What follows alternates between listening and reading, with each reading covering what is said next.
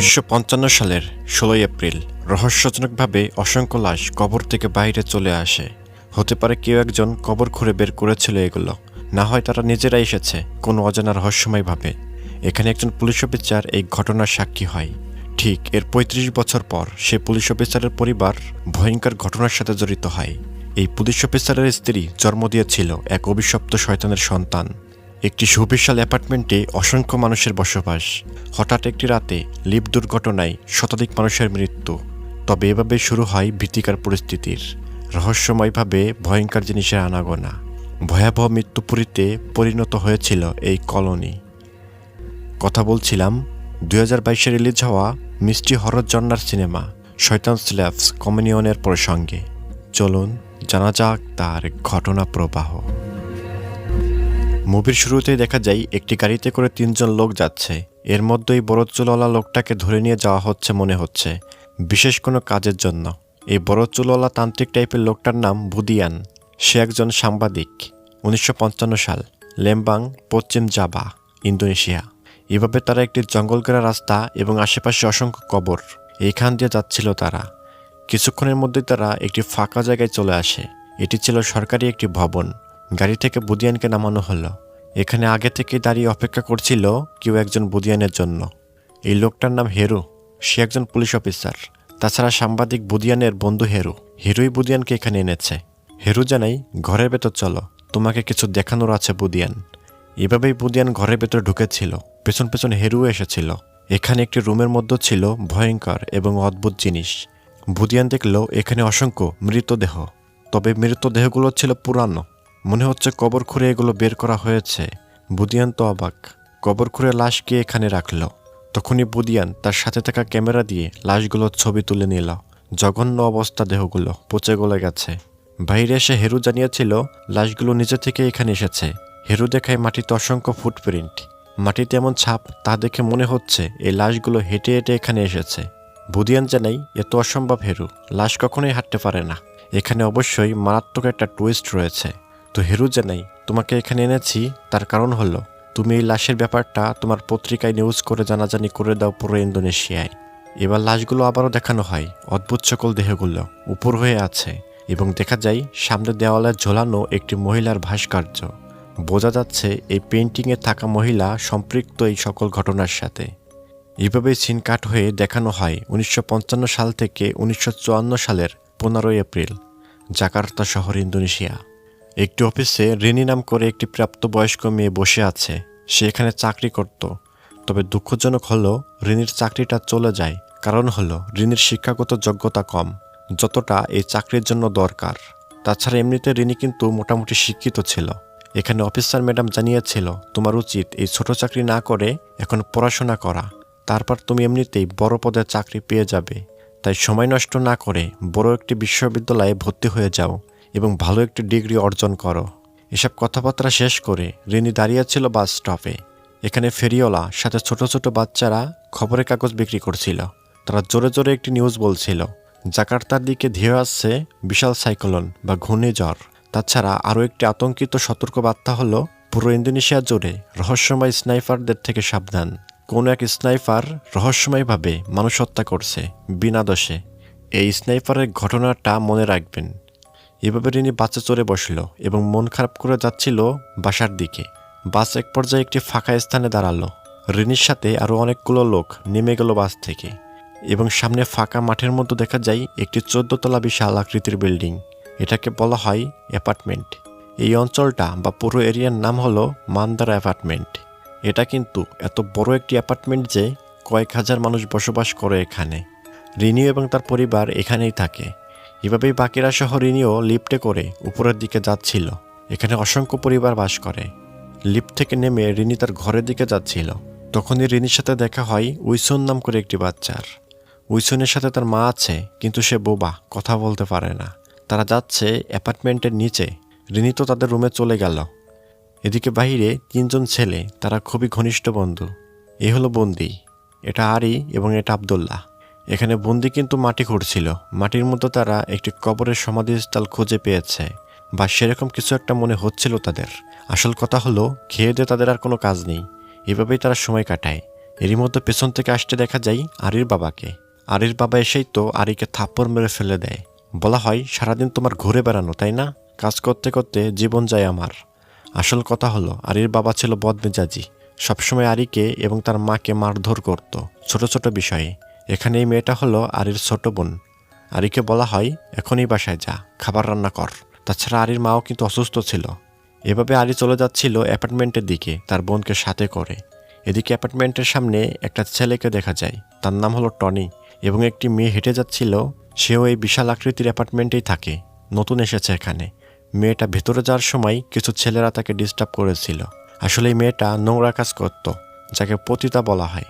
বোঝানো হয়েছে এভাবেই। তো মেয়েটা এই ছেলেটাকে ধমক দিয়ে সে যেতে লাগে, মানে পাত্তা দিল না ছেলেটাকে। পেছন থেকে টনিও মেয়েটাকে প্রথম দেখলো এই অ্যাপার্টমেন্টে, এজন্য প্রথম দেখায় ভালো লাগা তৈরি হলো তার। টনিও মেয়েটার পেছন পেছন লিফটে করে তার পেছন লেগেছে।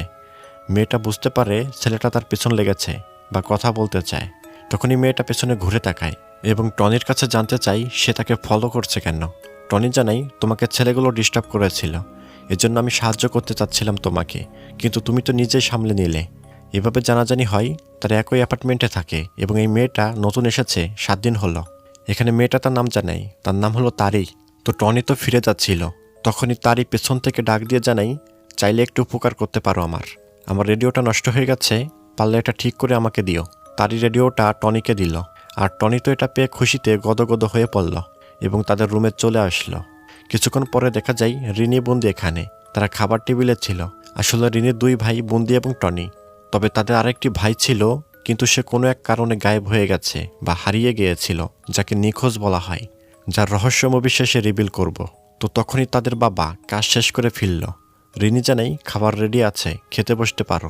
কিন্তু রিনি প্রতিদিন এটা লক্ষ্য করে, তাদের বাবা প্রতি রাতে বাসায় ফিরে তার সাথে থাকা সুটকেসটা আলমারিতে তালা বন্ধ করে রাখে খুবই যত্ন সহকারে। আর এটাই লক্ষ্য করে রিনি। তাছাড়া তাদের বাবা কি কাজ করে এটাও তারা জানে না। খুব অদ্ভুত এবং প্রচণ্ড রহস্যময় লাগে রিনির এই ব্যাপারটা। তো এইভাবে তারা সকলে খাবার খেতে বসেছিল। বন্দি আর টনি বলাবলি করছিল অ্যাপার্টমেন্টে থাকা তারির ব্যাপারে, আরও নানান নিত্য প্রয়োজনীয় অপ্রয়োজনীয় কথাবার্তা। মানে তারা ফ্যামিলিটা অনেক ফ্রি মাইন্ডেড। কিন্তু রিনি বলছিল আগামীকাল ঝড় হওয়ার সম্ভাবনা রয়েছে, বন্যাও হতে পারে, ডুবে যেতে পারে এই পুরো মানদরা অঞ্চল।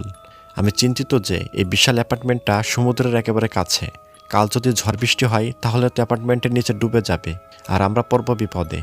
রিনি আরও জানাই, আমি তো কালকে এখান থেকে চলে যাব এটাই ভেবেছি, জাপাতে যাব, সেখানে বিশ্ববিদ্যালয়ে ভর্তি হব। টনি জানাই, এই ঝড় বৃষ্টির দিনে আমাদের ফেলে কিভাবে যাবে তুমি? রিনি জানাই, আমার কোনো বন্ধুকে বলে দেব তোদের সেখানে থাকার ব্যবস্থা করে দিতে। ঝড় বৃষ্টি বন্যা নিয়ন্ত্রণে আসলে আবার এখানে ফিরে আসবি। কিন্তু তাদের বাবা জানাই, তুমি একা যাও, আমরা কোথাও যাব না, আমরা এখানেই থাকবো যত যাই হোক। এখানে তাদের রুমে একটা টেলিভিশন ছিল, তাতে খবরে জানাচ্ছিল আগামীকালের ঝড় বৃষ্টি আবহাওয়ার বিষয়ে সতর্ক করছিল। তো এইভাবে খানাদানা শেষ করে রিনি গিয়েছিল অ্যাপার্টমেন্টে থাকা ডাস্টবিনের কাছে ময়লার ব্যাগ ফেলতে। দেখা যায় রিনি ময়লার ব্যাগগুলো ড্রেনে ফেলে দিল। কিন্তু রিনি যখনই পেছনে ঘুরল, দেখা যায় কিছু লোক অদ্ভুত দৃষ্টিতে তাকিয়ে আছে রিনির দিকে। তাদের এই আচরণ মোটামুটি ভয় পাইয়ে দেয় তাকে। রিনি তো আবারও ফিরে যাবে সামনে দিয়েই। দেখা যায় রুমের মধ্যে লোকজন, তারা যেন অবশ হয়ে আছে, চুপচাপ হয়ে আছে। এদিকে রুমের মধ্যে বন্দি আর টনি। টেলিভিশনে খবর হচ্ছিল শহরে রহস্যময়ভাবে মানুষ হত্যা করছে এক স্নাইপার। প্রায় 2000 মানুষ এ পর্যন্ত বিনা দোষে হত্যা করা হয়েছে। এরই মধ্যে রিনি রুমে চলে আসলো, ভয় পেয়ে আছে রিনি। রিনি জানাই, আজ আমি এখানে শুব। টনি কিন্তু সেই রেডিওটা ঠিক করার চেষ্টা করছিল এখানে বসে, যেটা তারি তাকে দিয়েছিল। আর তাদের বাবা গোসল করে বের হলো, সে ঘুমাবে, অনেক ক্লান্ত নাকি সে। এদিকে সেই ছোট ছেলেটা উইসুনকে দেখা যায়, সেও যাচ্ছে ময়লার ব্যাগগুলো নিয়ে। উইসুন ব্যাগগুলো এক এক করে ফেলে দিল ড্রেনের মধ্যে, কিন্তু ব্যাগগুলো বড় সাইজের হওয়ায় তার যেন আটকে গেল। এবং এখানে লেখাই রয়েছে বড় ব্যাগগুলো সাবধানে ফেলতে, বা বড় সাইজের ব্যাগ যেন এই ড্রেনে না ছাড়া হয়, মানে ড্রেনের মুখ জ্যাম হয়ে যেতে পারে। তো এখানে তো উইসুন ব্যাগগুলো ফেলে দিয়ে ড্রেনের মুখে যেন জ্যাম লাগিয়ে দিল। এর জন্যই তো উইসুন ড্রেনের মধ্যে উকি দিয়ে দেখছিল এবং হাত দিয়ে ব্যাগগুলোকে ঠেলে নিচে পাঠানোর চেষ্টা করছিল। কিন্তু অদ্ভুত ব্যাপার হলো, কেউ একজন বলে উঠল, এখানে অনেক গরম, দরজাটা খুলে দাও উইসুন। একটি গম্ভীর কণ্ঠস্বর। উইসুন তো ভয় পেয়ে যায়, ছটপট করছিল, কারণ উইসুন নিজেও যেন আটক হয়ে গেছে, কেউ একজন যেন তাকে টেনে ধরেছে। এভাবে উইসুন অনেক চেষ্টা করার পর সে ড্রেন থেকে বের হতে পারল। তখনই খুব ভয়ঙ্কর একটি চেহারা উইসুনকে বলল, দরজা খুললো। একেবারে মুখের কাছে চলে এসেছিল এটা, এটা দেখে বাচ্চা ছেলেটা তো অসম্ভব ভয় পায়, এক দৌড়ে চলে যায় তাদের রুমে। এবার আমাদের এই অ্যাপার্টমেন্টটা দেখানো হয়। বিশাল অ্যাপার্টমেন্ট, মাথা গোলানো এবং প্রতিটা ইউনিট তার, যেখানে হাজার হাজার মানুষ বসবাস করে। তো এদিকে রুমের ভেতর তো সবাই ঘুমিয়ে আছে। বুন্দি, টনি, রিনি এরা সবাই ঘুমিয়ে আছে। সিন কাট হয়ে দেখানো হয় একটি সকাল বা পরের দিন। হেঁটে আসছে সেই সাংবাদিক লোকটা। ৩৫ বছর আগের সে বুদিয়ান, অনেকটা বিরুদ্ধ হয়ে গেছে সে। এভাবেই বুদিয়ান হেঁটে তার অফিসে এসে কিছু নকশা বা খুব পুরনো কিছু অদ্ভুত চিহ্ন বের করে, এবং তার কাছে আছে এমন শক্তিশালী জিনিস যা দিয়ে অশুভ খারাপ শক্তিকে দমন করা যায়। বা বুদিয়ানকে আমরা আবারও দেখতে পাবো গল্পের শেষের দিকে, জানা যাবে এই বুদিয়ানের আসল পরিচয়। এদিকে বিশাল অ্যাপার্টমেন্ট দেখানো হয়। তাছাড়া রিনি তো জোগাড় হচ্ছে, কারণ আজই সে এখান থেকে যাওয়াই চলে যাবে, বিশ্ববিদ্যালয়ে ভর্তি হবে। ওদিকে সকলে লিফটের কাছে এসে অপেক্ষা করছিল। তারিও আছে এখানে। আসলে যে যার মতো করে কাজে যাচ্ছে কোথাও। পাশেই খেলা করছিল ছোট ছোট কয়টা মেয়ে, আর এর ছোট বোনটাও আছে এখানে।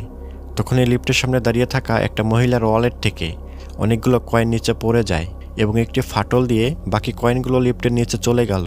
দূর থেকে মেয়েগুলোর কিন্তু এটা দেখছিল, কয়েনগুলো গড়ে লিফটের নিচে চলে গেল।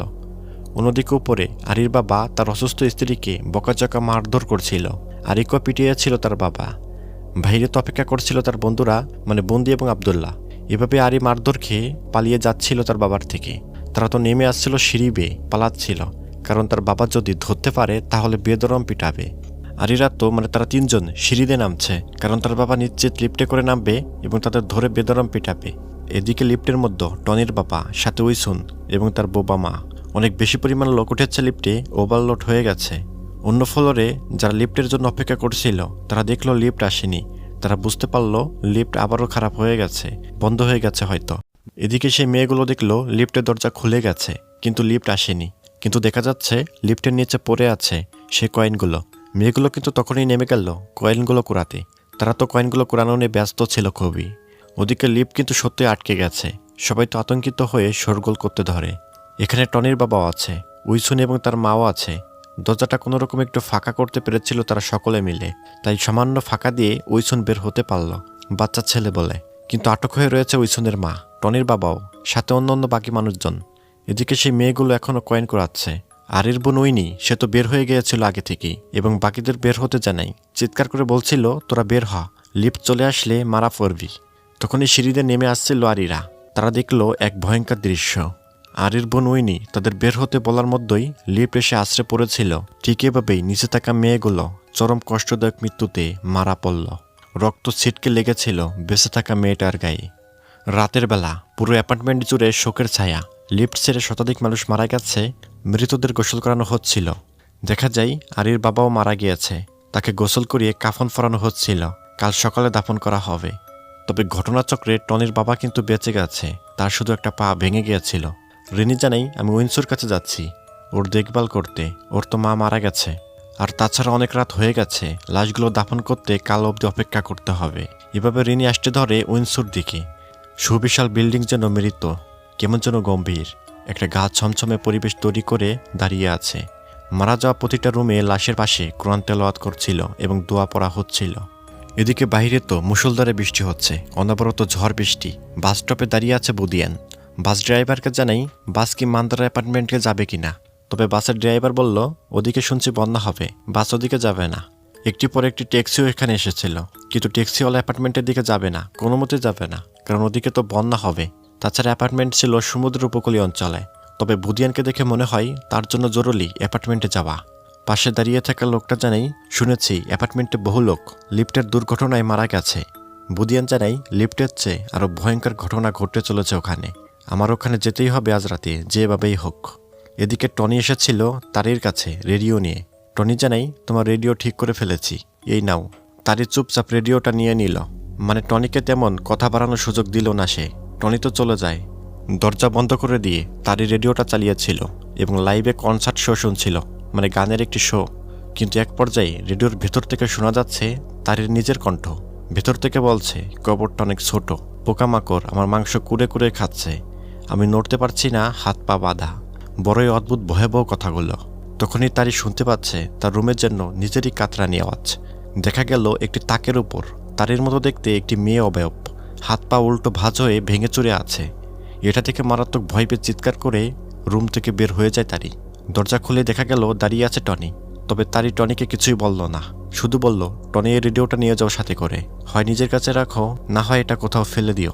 ওদিকে উইন্সুর কাছে রিনি, উইন্সুর মাল্লার শোয়ানো আছে, দাফনের জন্য অপেক্ষা। কথায় কথায় উইন্সু রিনিকে বলে, শুনেছি তোমার নাকি আমার বয়সী একটা ভাই ছিল, কোথায় আছে এখন? রিনি জানাই সে নিখোঁজ। এদিকে রুমের মতো টনির বাবা খবর দেখছিল টেলিভিশনে। খবরে বলছে উপকূলীয় অঞ্চলে বন্যার জন্য সতর্ক বার্তা। এদিকে আরির বাসায় বন্দি কিছু খাবার নিয়ে এসেছে। বন্ধুর বাবা মারা গেছে, তাছাড়া আরির মাও অসুস্থ মানুষ। তখনই হুট করে রুমের বা পুরো বিল্ডিংয়ের বিদ্যুৎ সংযোগ বিচ্ছিন্ন হয়। এরই মধ্যে একটি মহিলা কণ্ঠে বলে উঠল, তার সামনে নতজানু হও, সে শীঘ্রই জন্ম নেবে। একটি অদ্ভুত কথা। মোমবাতি জ্বালানো হয়। বন্দি জানাই এই কথাটা কি আরির মা বা তার বোন বলল কিনা, কারণ এই রুমে তারাই একমাত্র মেয়ে লোক। তবে এই কথাটা তারা বলেনি, তাহলে বলল কে? রুম চেক করা হয়, কিন্তু অন্য কোনো মহিলা বা কোনো মানুষই দেখা গেল না। বিষয়টা অদ্ভুত এবং রহস্যময় ব্যাপার। এদিকে রিনি এসেছিল তাদের রুমে মোমবাতি নিতে উইন্সুর জন্য। তবে দেখা যায় রিনি তার বাবার তালাবন্ধ আলমারিটা খোলার চেষ্টা করেছিল, যেখানে তার বাবার রহস্যময় সুটকেসটা রাখা থাকে। তবে তালা খোলার মধ্যেই রিনির বাবা বিছানা থেকে উঠে যায়। মনে হয় সে বুঝতে পেরে গেছে কেউ তার আলমারিতে হাত দিচ্ছে। সে এসে দেখলো রিনি মোমবাতি জ্বালাতে ব্যস্ত। রিনি জানাই, আমি মোমবাতি নিতে এসেছি এখানে। এদিকে টনির সাথে দেখা হয় এই অ্যাপার্টমেন্টের হুজুরের সাথে। হুজুরকে সবাই উস্তাদ বলে। তো উস্তাদ টনিকে জানাই, আমার সাথে চলো, সাহায্য করো। আমরা প্রতিটা ইউনিট ঘুরে ঘুরে দেখব সবার রুমের দরজা জানালা ঠিকঠাকভাবে বন্ধ করা আছে কিনা, কারণ বাইরে তো প্রচুর ঝড় বৃষ্টি। এভাবে উস্তাদের সাথে এক প্রকার বাধ্য হয়ে আসতে হয় টনির। তারা কথা বলতে বলতে এসেছিল একটি রুমে, কিন্তু এই রুমে থাকা স্বামী স্ত্রী দুজনে লিফট দুর্ঘটনায় মারা গেছে। দেখা গেল তাদের রুমের দরজা খোলা। টনিকে বলা হয়, যাও দরজাটা লাগিয়ে দিয়ে আসো। তাছাড়া ভেতরে তাদের দুজনের লাশ রাখা, কাফন পরানো। এভাবেই টনি ভয়ে ভয়ে জানালাটার পালনা বন্ধ করে দিল। এরপর তারা আরও কয়েকটি রুম চেক করলো। খানিক পরেই উস্তাদ বলে, আমার কোমরে অনেক ব্যথা করছে, হাঁটতে পারছি না, বাকি ঘরগুলো তুমি একা চেক করে আসো যাও। টনি জানাই, এটা তো সম্ভবই না, আমি পারবো না। কিন্তু ওস্তাদ জানাই এবং অনেক বুঝিয়ে সাহস জুগিয়েছিল টনিকে। মোটামুটি বাধ্য হয়ে উস্তাদের সম্মানের খাতিরে টনি রাজি হয়। এদিকে বন্দিরা এসেছিল নিচতলায়, কিন্তু পানিতে ডুবে গেছে নিচের তলা। তাছাড়া বিদ্যুৎ সংযোগ বিচ্ছিন্ন হয়ে পানি কারেন্ট হয়ে গেছে। সাঁতার কেটেও অ্যাপার্টমেন্ট থেকে বের হওয়া একেবারেই অসম্ভব। এর জন্য তারা অ্যাপার্টমেন্টের বিভিন্ন রুমে ঘোরাঘুরি করে। এখানে একটা বিষয় বলা উচিত, তা হলো আসন্ন বন্যার সতর্কবার্তা পেয়ে এই অ্যাপার্টমেন্টে থাকা ৮০% মানুষ অন্য নিরাপদ জায়গায় চলে গেছে। এজন্য পুরো অ্যাপার্টমেন্ট প্রায় ফাঁকা। এভাবে বন্দিরা একটা রুমে চলে আসে। এখানে তারা কিছু ফটো খুঁজে পায়, যেখানে উল্লেখ করা আছে এই অ্যাপার্টমেন্ট তৈরির আগে এখানটা কবরস্থান ছিল। এরকম কিছু বিষয় তারা জানতে পারে। ওদিকে টনি তো একাই সকল রুম চেক দিচ্ছিল। এভাবেই একটা রুমে যে দেখলো দুটো লাশ রাখা, কাফন পরানো।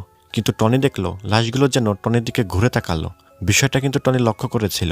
মেজের কাঠিতে আগুন জ্বালিয়ে কাছে গিয়ে দেখলো তারা তো নিথর হয়ে পড়ে আছে, তারা তো মৃত। এরকম অন্ধকার রুমে লাশের সাথে ভয়ঙ্কর অভিজ্ঞতায় টনি মারাত্মক ভয় পায়। দৌড় দিয়ে রুম থেকে বের হয়ে পড়ে। তখনই টনির সাথে একটা ছেলে দেখা হয়। সে দেখলো টনি হাঁপাচ্ছে। এই ছেলেটার নাম হলো হাসান। হাসান জানাই, টনি আমার সাথে আসো, আমার একটু উপকার করবে। এভাবেই টনি হাসানের সাথে তার রুমে এসেছিল। তবে টনি দেখলো দেওয়ালে একটা ছিদ্র। হাসান জানাই, টনি ছিদ্র দিয়ে ভিতরে ঢুকে ওপাশের রুমে যাবে, আর আমার কাঁটা চামচটা নিয়ে চলে আসবে। মানে হলো হাসানের মা খুবই রাগী। কাঁটা চামচ হাসান ওপাশে ফেলে দিয়েছে, তাই চামচ ফেরত না আনলে হাসানের অবস্থা খারাপ করে দিবে তার মা। তাছাড়া টনি ছিল একটু ছোট, চিকন টাইপের, সে এই ছিদ্র দিয়ে ওপারে যেতে পারবে। তো এইভাবে অনেক বোঝানোর পর টনি রাজি হয় ওপাশে যেতে, এবং টনি ওপাশে গিয়ে কাঁটা চামচটা খুঁজে পেল। কিন্তু টনি এখানে আরও কিছু বই খুঁজে পেয়েছিল, অ্যালবাম জাতীয়, যেখানে কিছু অদ্ভুত টাইপের ফটো ছিল। এখান থেকে একটি অ্যালবাম টনি তার সাথে করে নিয়ে এপাশে চলে এসেছিল। এদিকে রুমের ভেতর তারিকে দেখানো হয়। এখানে তারির কিন্তু কেমন যেন গা ছমছমে ভয় ভয় লাগছিল তার। তাছাড়া ভয়ঙ্কর কোনো কিছুর আনাগোনা লক্ষ্য করা যায়। আকাশে বিদ্যুৎ চমকানোর আলোয় দেখা যায় চেয়ারে বসে আছে একটি মহিলা অবয়ব। তারি ঘুরে দেখলো সেখানে কিছুই নেই, এক কথায় অশরীরী আনাগোনা এখানে। তখনই দরজার কাছে ওস্তাদকে দেখা গেল। সে তো এসেছিল রুমগুলো চেক দিতে। তারি কিন্তু খুবই খুশি হয়েছিল ওস্তাদকে দেখে। সালাম দিয়ে সম্মানের সহিত হুজুরকে ভেতরে বসতে বলেছিল। তারি জানাই, আমার মনে হয় এখানে কিছু আছে যা আমাকে ভয়ভীতি দেখাচ্ছে। তা উস্তাদ বলল, তুমি নিয়মিত নামাজ আদায় করো, তাহলে সব খারাপ শয়তান দূরে থাকবে। উস্তাদ আরও নানান হাদিস এবং পরামর্শমূলক নসিহাত করে সেখান থেকে চলে গেল। এর পরপরই তারি অজু করে নিয়েছিল নামাজ পড়ার জন্য। সাধারণভাবে তারি নামাজ আদায় করছিল। নামাজ শেষে তারই লক্ষ্য করল তার আশেপাশে বসে আছে লাশ, অবয়ব। মারাত্মক ভয় পেয়ে তারই চিৎকার দিয়ে রুম থেকে বের হয়ে গেল। আসলে তারির শরীর পাক পবিত্র ছিল না, এজন্যই শয়তান তাকে বিরক্ত করতে পারল। রুম থেকে বের হওয়ার সাথেই টনির সাথে দেখা হয় তারির। ভয়ে চিৎকার চেঁচামেচি শুরু করেছিল তারি মারাত্মকভাবে। এদিকে আরির ছোট বোন উইনা এবং তাদের অসুস্থ মা তাদের বাবার লাশের পাশে বসেছিল। এরই মধ্যে উইনা যেন কোনো এক মোহে পড়ে বিভোর হয়ে গেছে। উইনার মনে হয় তার মা তাকে ডাকছে। এভাবে উইনা হাঁটতে হাঁটতে অ্যাপার্টমেন্টে থাকা নষ্ট লিফটের কাছে চলে আসলো। উইনার সামনে এবং পেছনে তার সেই বান্ধবীকে দেখতে পাচ্ছে, যারা কিনা লিফট দুর্ঘটনায় মারা গিয়েছিল। তবে মনে হচ্ছে উইনার মা যেন তাকে ডেকেই যাচ্ছে। উইনাও তার মায়ের ডাকে সাড়া দিয়ে সেই নষ্ট লিফটের মধ্যে প্রবেশ করল। অন্ধকার একদমই, এজন্য উইনা মেজের কাঠে জ্বালিয়েছিল। এই আলোয় দেখা যায় তার সেই মৃত বন্ধুগুলোকে তার চারপাশে দাঁড়িয়ে আছে। ভয়ে চিৎকার করে উঠল উইনা। কিন্তু দুঃখজনক হলো উইনা এই নষ্ট লিফটের ফাঁকা দিয়ে 12 তলা থেকে সোজা মাটিতে গিয়ে পড়ল। এভাবে উইনা প্রচণ্ড উপর থেকে পড়ে তাকে আর দেখা যায় না, হয়তো সে মারা গেছে। ওদিকে রিনি এসেছিল তাদের বাসায়। দেখা যায় রিনি তার বাবার বুক পকেট থেকে আলমারির চাবিটা নেওয়ার চেষ্টা করছে। কয়েকবারের চেষ্টায় চাবিটা নিয়ে গেল। এভাবে রিনি চাবিটা নিয়ে আলমারি খুলে তার বাবার সেই রহস্যময় সুটকেসটা বের করল এবং সুটকেসটা নিয়ে রুম থেকে বের হয়ে গেল। তখনই এবার আসতে দেখা যায় টনি, হাসান এবং তারিকে। তারা বলছিল রিনিকে, চলো বাসায় যাই আমাদের। কিন্তু রিনির জানাই আমাদের বাসা নিরাপদ বলে মনে হচ্ছে না। আসল কথা হলো রিনি তার বাবাকে ভয় পায়, রহস্যময় লাগে তার বাবাকে। এদিকে বন্দিরা হেঁটে চলছিল। আরই জানাই আমার বাবার মৃত্যুতে আমার কষ্ট হচ্ছে না, কারণ সে সবসময় আমাকে মারত এবং আমার মাকেও মারত। তাছাড়া বন্দিরা চাচ্ছিল এই অ্যাপার্টমেন্ট থেকে বের হতে, কিন্তু এই ফ্লোর থেকে যেন বের হওয়ার সিঁড়ি খুঁজে পাচ্ছিল না তারা। এদিকে রিনি, টনি সবাই মিলে তার বাবার রহস্যময় সুটকেসটা খোলার চেষ্টা করছে, কিন্তু লক করা।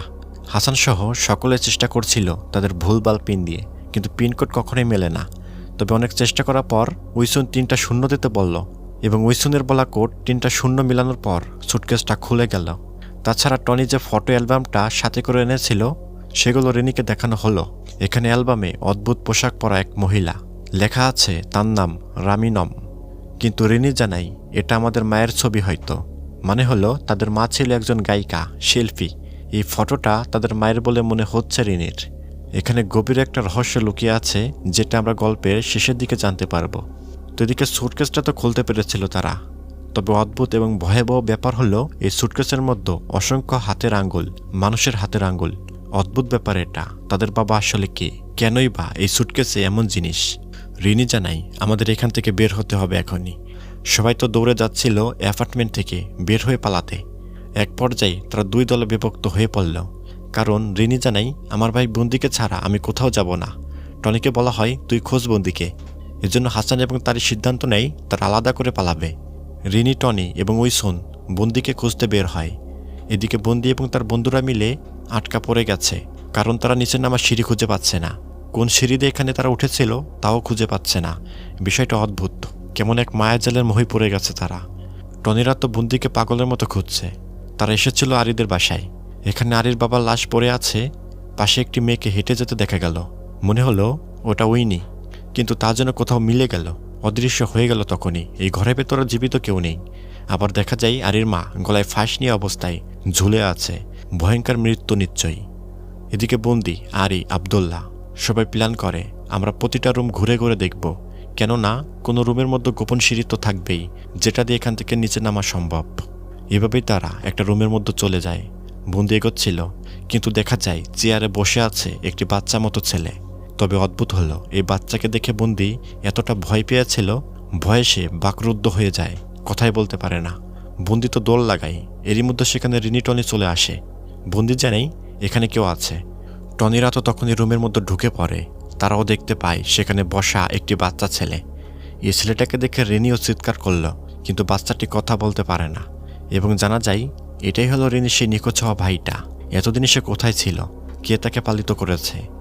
যেহেতু এটা তাদের হারিয়ে যাওয়া ভাই, এজন্য রিনির সাথে করে নিয়ে নিল ছেলেটাকে। এদিকে হাসান, তারই এসেছিল নিচের তলায়, কিন্তু পানিটি ডুবে গেছে গ্রাউন্ড ফ্লোর। তাছাড়া বিদ্যুৎ সংযোগ হয়ে পানি কারেন্ট হয়ে গেছে, বৈদ্যুতিক সংযোগ হয়ে গেছে পানিতে। হাসান এখানে একটু চেষ্টা করেছিল পাইপ টাইপ ধরে কোনো মতো পার হওয়া যায় কিনা, কিন্তু পানিতে পড়লে মৃত্যু, বিদ্যুতের শখে মৃত্যু নিশ্চিত। তারই এভাবে রিস্ক নিয়ে পার হতে চায় না। এজন্য তার অ্যাপার্টমেন্টের উপরের দিকে ফিরে যায়। খানিক চেষ্টা করার পর হাসানও নেমে যায়। সিঁড়িতে সেই অ্যাপার্টমেন্টের উপরে উঠতে যায় যেদিকে তারই গেল, কিন্তু সিঁড়ির উপর দাঁড়িয়ে থাকতে দেখা যায় একটি মহিলা অবয়বকে। সাদা একটি পোশাক, সাথে এলোমেলো চুল। হাসান তো কাছে গিয়ে এই অবয়বটাকে ছোঁয়া দেওয়ার সাথেই তার যেন অদৃশ্য হয়ে গেল, কিন্তু পরে আছে এই সাদা ড্রেসটা। তাছাড়া এই অবয়বটাকে দেখুন, মারাত্মক ভয়ঙ্কর সে দৃশ্য। দেখা যায় হাসান এই পোশাকটা তুলে নেয় এবং তা ধরে ফিকে মারে পানিতে, কিন্তু অদ্ভুত ব্যাপার, পোশাকটা যেন পানিতে পড়লই না, বরঞ্চ তা গিয়ে হাসানকে পেঁচিয়ে ধরল, মারাত্মকভাবে পেঁচিয়ে ধরেছিল। এভাবেই হাসানকে বিদ্যুৎ সঞ্চয় হওয়া পানিতে ফেলে দিল। সেখানে থাকা কিছু রডের সাথে গেঁথে গেল হাসান। ভয়ঙ্করভাবে মারা গেল হাসান। এদিকে তারই তো ভয় পেয়ে এগোচ্ছে, কিন্তু হঠাৎই তারই দেখতে পেল একটি কাফন পরা লাশের মতো হেঁটে আসছে। তারই তো মারাত্মক ভয় পায়, চিৎকার চেঁচামেচি শুরু করে, নিচের দিকে নামছিল। সেখানেও দাঁড়িয়ে থাকতে দেখা যায় আর একটা অদ্ভুত জিনিসকে। এরই মধ্যে ওস্তাদের সাথে দেখা হয়। ওস্তাদ এদিক দিয়ে আসছিল। তারই জানাই ওখানে কেউ দাঁড়িয়ে আছে। ওস্তাদ তো বলেছিল এসব কিছুই নেই, সব মনের ভয়, সাহস রাখো। এটা বলে ওস্তাদ সামনে এগোচ্ছে দেখার জন্য, কারণ ওস্তাদ লক্ষ্য করেছিল তারই জন্য সত্যই ভয় পেয়ে আছে কিছু দেখে। ওস্তাদ তো গেল সিঁড়ির দিকে, তারই তো এখানে অপেক্ষা করছিল। প্রায় 2 মিনিট হয়ে গেল, ওস্তাদ এখনও ফিরল না। এজন্য তারই এগিয়ে যেয়ে দেখল এক শ্বাসরুদ্ধকর দৃশ্য। দেখা যায় ওস্তাদকে ঘাড় ভেঙে উল্টো করে রেখেছে কোনো অদৃশ্য খারাপ শক্তি। তারই তো প্রচণ্ড ভয় পেয়ে চেঁচামেচি শুরু করে এবং দৌড়ে যেয়ে ময়লা ফেলানোর ড্রেনের ভিতরে ঢুকে পড়ে, মানে লুকানোর চেষ্টা করেছিল নিজেকে। এটা কিন্তু গভীর একটা সুড়ঙ্গ, এখান থেকে পড়লে তারই মৃত্যু অবধারিত। তবে এর মধ্যেই ড্রেনের মুখের সামনে দৃশ্যমান হয় এক ভয়ঙ্কর চেহারা, এবং তার মুখ দিয়ে যেন একটা বাচ্চা বের হচ্ছিল, নবজাতক, এবং তারিকে যেন নিচে থেকে টেনে হিসড়ে নিয়ে যেতে ধরল কেউ। এভাবেই তারই নিচের দিকে পড়ে যাচ্ছিল, যেখান দিয়ে উইনি পড়ে গিয়েছিল সেরকম একটা সুড়ঙ্গ।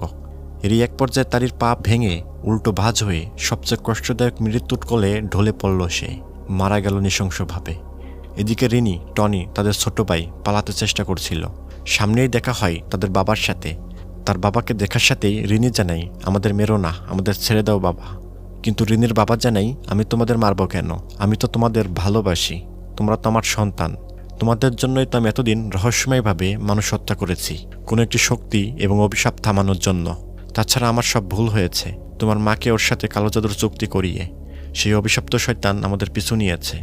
রিনি জানতে চাই কার সাথে চুক্তি করেছিলে। তাদের বাবা বলল, তার নাম রামিনম শয়তান, তার কাছে দাস হয়েছিল তোমার মা। তখনই তাদের বাবা দেখতে পাই টনিদের পেছনে তাদের সেই অভিশপ্ত ভাই। তবে অদ্ভুতভাবে তাদের বাবা এতটাই ভয় এবং ক্ষিপ্ত হয়ে পড়েছিল এই ছেলেটার উপরে, সজোরে বাড়ি মারল তাকে যেভাবে পারল। এরই মধ্যে পুরো অ্যাপার্টমেন্ট যেন অন্ধকার হয়ে গেল এবং অসংখ্য অশরীরী জিনিস নানানভাবে ভয়ভীতি দেখাচ্ছে। সবাই তেলোপাতারি ছুটাছুটি করছে, সবাই সবার থেকে বিচ্ছিন্ন। মাঝে মধ্যে আকাশের বিদ্যুৎ চমকানোর আলোয় দেখা যাচ্ছে ভয়াবহ জিনিসগুলো। এরই মধ্যে রিনি যেন অচেতন হয়ে পড়ল, কিন্তু কিছুটা হুঁশ ছিল। রিনি দেখতে পাচ্ছে তাদের সামনে তাদের সেই অভিশপ্ত শয়তানের দাস ভাইটা অনেকগুলো ছায়ামূর্তির কাছে কি যেন বলছে। তখনই অভিশপ্ত ছেলেটা রিনির কাছে এসে বলে, তুমি আমার সাথে যোগ দাও, আমাকে প্রার্থনা করো, তাহলে তোমাকে ধনী বিশাল সম্পদশালী করে দিব, যা চাবা তাই পাবা। তখনই ছেলেটা রিনিকে একটা পাতা মুখের মধ্যে ভরে দিল। এতে করে রিনি যেন স্বপ্নের মতো দেখছে, মানে হ্যালোসিনেটিং হচ্ছিল। সে ধনী হয়ে গেছে এবং পড়াশোনায় সর্বোচ্চ নম্বর পেয়ে স্নাতক ডিগ্রি অর্জন করে ফেলেছে। এইগুলো কিন্তু সে স্বপ্নের মতো দেখছিল, মানে হ্যালোসিনেটিং যাকে বলা হয়। স্বপ্নের মধ্যে রিনি বলে ওঠে, আমি এসব কিছু চাই না, আমি আমার ভাইদের সাথে থাকতে চাই। মানে রিনি শয়তানের গোলামি করবে না, শয়তানের দাস সে হবে না। এজন্য রিনি আবারও চেতনায় ফিরে এসেছিল। এখানে মারাত্মক ভয়ঙ্কর জিনিসগুলো ঘিরে ফেলেছে। টনিকে মেরে বলি দিতে যাচ্ছিল, তাদের বাবাকেও। ভীতিকর পরিস্থিতি। তারা রামি নাম শয়তানের দাস হতে রাজি নয়, গিরাস করে নিচ্ছিল রিনির ভাই এবং তার পরিবারকে। এর মধ্যে সেখানে বুদিয়ান চলে আসে। সে বন্দুক দিয়ে গুলি করছিল, কিন্তু ভয়ঙ্কর জিনিসগুলো এতে কি দমন করা সম্ভব? তখনই সাদা আলখেল্লা পরিহিত অদ্ভুত ভয়ঙ্কর জিনিসটা আক্রমণ করে বুদিয়ানকে। এটাই হলো রমি নাম। তবে বুদিয়ানের কাছে ছিল একটি বিশেষ শক্তিশালী এবং পবিত্র লাঠি। সেটা এই রামি নাম শয়তানের সামনে ধরতেই তার যেন দুর্বল হয়ে ছিটকে পড়ল দূরে গিয়ে, এবং রিনি যে সে অভিশপ্ত শয়তানের দাস হওয়া তাদের ভাইকে সজোরে আঘাত করল। এতে করে খারাপ শক্তিগুলো পদক্ষেপ নিতে পারছিল না, কারণ এই অভিশপ্ত ছেলেটা রমি নাম শয়তানের দাস। সে সকল শয়তানি জাদুর প্রয়োগ করত, বাকি সকল শয়তানদের হুকুম দিত অন্যদের ডিস্টার্ব করতে। এভাবেই নৌকায় করে অ্যাপার্টমেন্ট থেকে বের হতে ধরে। কারণ বুদিয়ান এসেছিল এই নৌকায় করে, এজন্যই নৌকাটা এখানে ছিল। এভাবে রিনি, টনি, উইসন, বুন্দি এবং তার বন্ধুরা বেঁচে ফিরল এই ভয়ঙ্কর পরিস্থিতি থেকে। তবে তাদের বাবা কিন্তু ফিরতে পারল না, তাকে গ্রাস করে নিয়েছে ভয়ঙ্কর রমি নাম শয়তানের ভয়। এবার রিভিল করব তাদের বাবার রহস্য এবং শয়তানের দাস কিভাবে হলো। বুদিয়ান জানাই তোমাদের বাবা ছিল একজন পুলিশ অফিসার। মনে আছে মুভির শুরুতে বুদিয়ান দেখা করেছিল হেরুর সাথে, আসলে সেই হেরুই টনিদের বাবা। বুদিয়ান জানাই 1955 সালে উনি ডিউটিতে থাকতে রমি নামের উপাসনার ব্যাপারে জানতে পারেন। তারপর তিনি তোমাদের মাকে সেই উপাসনায় যোগ দিতে জানিয়েছিলেন, যাতে করে তোমার মায়ের পেটে শয়তানের বাচ্চা জন্ম নেয় এবং তার জন্য তোমার মাকে বড় গায়িকা করে দিবে ওরা। বাচ্চাও জন্ম হয়, তবে বাচ্চার জন্ম হওয়ার বা বড় হওয়ার 5 বছর পর সে বাচ্চাকে ওই জিনগুলো নিয়ে গিয়েছিল এবং এটি হলো সে বাচ্চা। বড় গায়িকাও হয়েছিল তাদের মা, বড় নামধাম হয়েছিল শহরে। এরপরই তাদের বাবা হেরু শয়তানের সাথে চুক্তি বন্ধ করতে চেষ্টা করেছিল এই ব্ল্যাক ম্যাজিকটা, কিন্তু এর জন্য তাদের বাবাকে হাজারো মানুষের প্রাণ নিতে হবে এবং তাদের হাতের কাটা আঙুল সংগ্রহ করতে হবে। পুরো ইন্দোনেশিয়ায় রহস্যজনকভাবে খুনগুলো রিনির বাবাই করত এই অভিশপ্ত শয়তানি শক্তি বন্ধ করতে। বুদিয়ান বলে তোমার বাবা বড় ভুল করেছে, কিন্তু তোমাদের খুব ভালোবাসত। রিনি জানাই আমার মাকে সে বিসর্জন দিয়েছে শয়তানি কালো জাদুর সাথে জড়িয়ে। বুদিয়ান জানিয়েছিল সামনে আরও ভয়ঙ্কর পরিকল্পনা রয়েছে তাদের। এই সব খারাপ শক্তি শয়তান জিনদের, তাদের সাথে আরও অনেকে চুক্তি করে নিজেদের সর্বনাশ করবে। এসবের মধ্য দিয়েই তারা নৌকায় করে বিয়ে যাচ্ছে। বন্যায় ভেসে গেছে পুরো মান্দারা অঞ্চল। দূর থেকে দেখা যায় অভিশপ্ত কলোনির এক অভিশপ্ত অ্যাপার্টমেন্ট। ঠিক এভাবেই মুভিটার গল্প শেষ হয়। এটাই ছিল এই মুভির সম্পূর্ণ গল্প। একটা ভিডিও বানাতে অনেক কষ্ট হয়, তাই চ্যানেলটাকে বড় করতে সাথেই থাকুন। কেমন লেগেছে ভিডিওটা জানিয়ে দিন কমেন্টে। ভালো লাগলে শেয়ার করিয়েন। এখানেই বিদায় নিচ্ছি, ভালো থাকবেন।